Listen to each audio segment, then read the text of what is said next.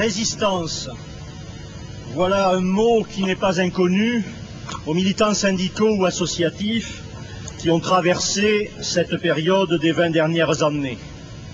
Nous sommes ici quelques-uns appelés à témoigner de cet engagement.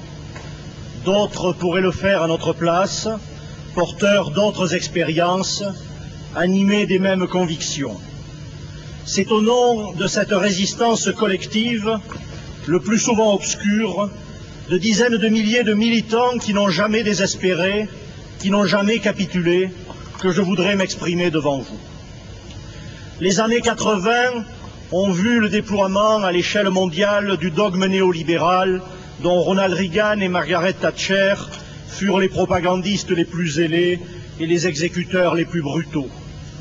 Dans un contexte d'internationalisation croissante de la production et de montée en puissance des marchés financiers, les néolibéraux imposeront l'idée qu'il faut flexibiliser les emplois et les salaires, libéraliser les services publics, soumettre toute activité à la concurrence et casser les mécanismes nationaux de régulation mis en place dans la période précédente. La globalisation du capital leur a fourni des opportunités de délocalisation, de dumping et d'exigence de rentabilité pour tenter de revenir sur un siècle de conquêtes ouvrières. L'effondrement des grandes utopies socialistes a aussi laissé le champ libre à la domination de l'idéologie libérale. Le débat politique s'est rétréci à l'alternance entre néolibéralisme et social-libéralisme, alimentant le sentiment d'impuissance du politique, une abstention populaire croissante et un vote d'extrême droite durablement consolidé dans ces mêmes couches sociales, faute d'alternative. Oui, nous avons résisté à cette tentative d'écrire la fin de l'histoire. Et ce ne fut pas facile, tant l'air du temps n'y était pas favorable. Qui ne se rappelle de la chansonnette sur le thème « Vive la crise », poussée par un grand acteur et chanteur que l'on avait connu mieux inspiré? Qui ne se rappelle de ces discours sur la modernité, entonnés par des intellectuels médiatiques et des journalistes de complaisance? Qui ne se rappelle de la promotion par la gauche d'un futur patron voyou comme ministre de la République? Qui ne se rappelle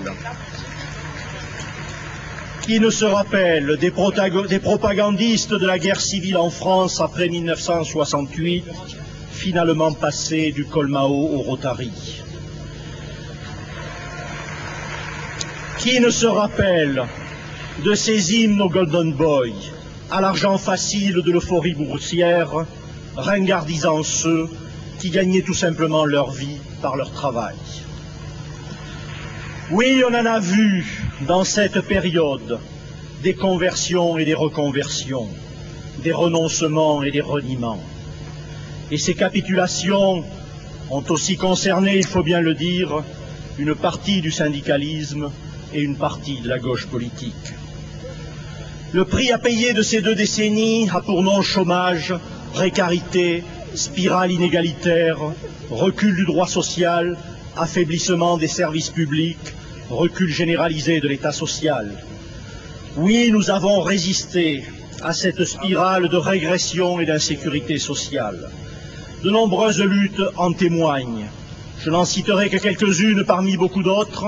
Les ouvriers des automobiles Talbot en 1983, refusant les licenciements, et qu'un premier ministre socialiste soupçonnera d'être manipulé par des intégristes.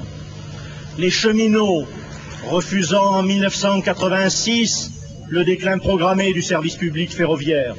Les infirmières, refusant en 1988 la dévalorisation de leurs fonctions. Les agents des finances en 1989. Les routiers en 1996. Et puis, l'émergence au milieu des années 90 de mouvements de lutte contre le chômage et l'exclusion pour le droit au logement, mouvement annonciateur de la révolte antilibérale de 1995. Avec tout au long de ces années de multiples luttes dans les entreprises privées contre les licenciements, à Moulinex, à Celatex et dans bien d'autres. Et si elle ne fut pas la plus massive, la plus emblématique fut peut-être la lutte des chômeurs en 1997, tant leurs conditions d'atomisation et d'individualisation rendaient improbable une telle mobilisation collective. À cette occasion, des vers de René Char, poète et résistant, m'étaient revenus en mémoire. La dignité d'un homme, ça ne s'aperçoit pas. La dignité de 1000, ça prend l'allure d'un combat.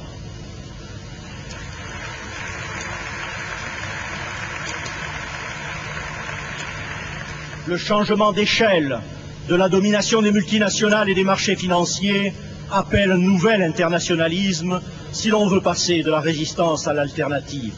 Oui, comme José l'a dit tout à l'heure, globaliser les luttes pour globaliser l'espoir. La mise en échec de l'accord multilatéral sur l'investissement, les manifestations de Seattle, l'aventure des forums sociaux depuis Porto Alegre, les mobilisations contre la politique de l'Organisation mondiale du commerce témoignent de cette prise de conscience et de l'émergence d'un début d'opinion publique mondiale. Cette situation nous impose de relever un immense défi, redonner corps à une ambition de transformation sociale qui donne la primauté aux droits humains, qui mette l'économie au service des besoins sociaux. Un espoir émerge des mobilisations altermondialistes, un autre monde est possible, une autre Europe est possible.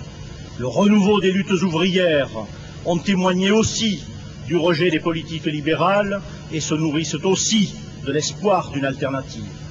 Comment donner une traduction dans le champ politique à ces espérances, à ces convictions, à ces mobilisations? On ne pourra répondre à cette question que par la mise en synergie de ce qu'il y a de meilleur dans le vieux mouvement ouvrier avec ce qui émerge de neuf et de nouveau dans les différents mouvements sociaux impliqués dans l'altermondialisme. C'est le défi qui est maintenant devant nous. Oui, nous avons résisté, et dans cette résistance quotidienne, nous avons pu compter sur des voix dissonantes, celles de la dissidence et du courage. Vous en fûtes, chers amis du monde diplomatique, avec quelques autres.